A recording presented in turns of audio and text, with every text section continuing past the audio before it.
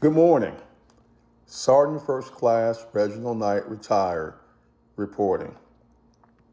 We're going to have to add 3 more days to that 12 days of Christmas song because Democrats scored huge wins in the Deep South last night, in Georgia and in Florida, and in enclaves that deeply went for Trump in the 2020 election, did not on this occasion.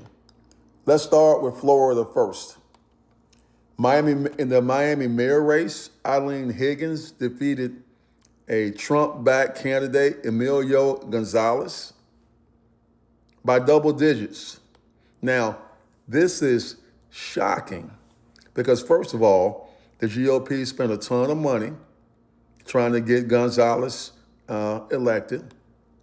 And second, this is a heavily defended Republican enclave that's populated primarily by Cubans who traditionally vote Republican.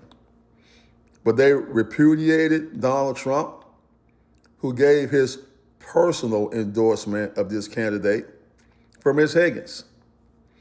This is the first time that a Democratic mayor has been in charge of Miami since 1997.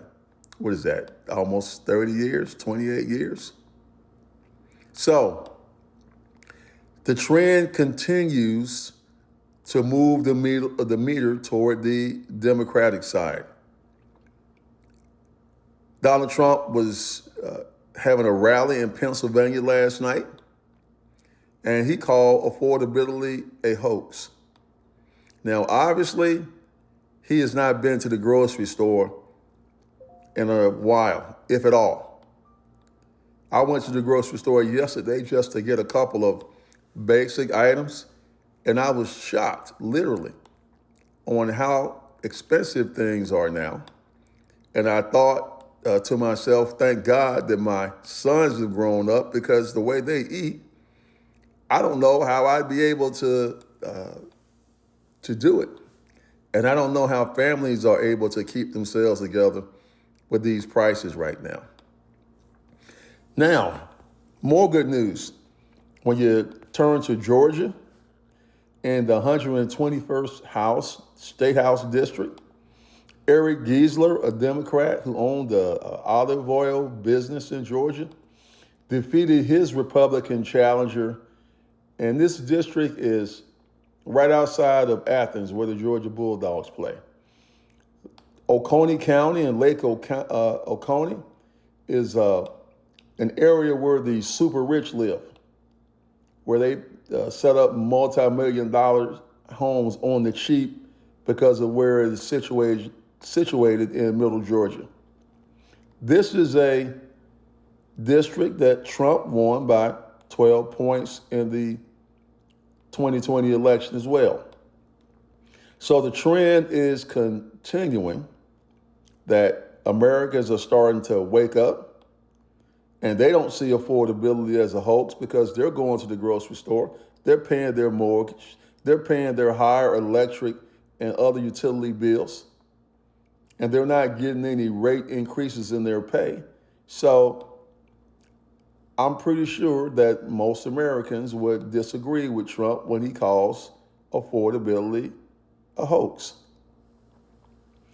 One of my frequent viewers sent me a DM and said, since you got back from your trip, you don't smile as much.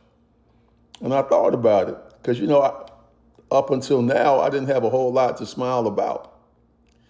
But today, I have got that Cheshire cat who ate the canary grin, because the tide is turning, folks, just like I told you about 6 months ago that it would, that the winds are changing. And even though it's going to take a lot more effort to right this ship, we are moving in the right direction. Last item. I'm a big sports fan, and I do believe in the unscientific theory of momentum. The Trump administration has made several turnovers, fumbles, interceptions, special teams. And we're now reaping the harvest of all those turnovers. And we have momentum going into 2026. We are going to win the midterms next year. And we're going to do something about Trump if he is still in the land of the living. I'm certain for the first, but the latter, I'm not so sure of. Sergeant First Class Reginald Knight, retired, reporting. Have a fantastic day.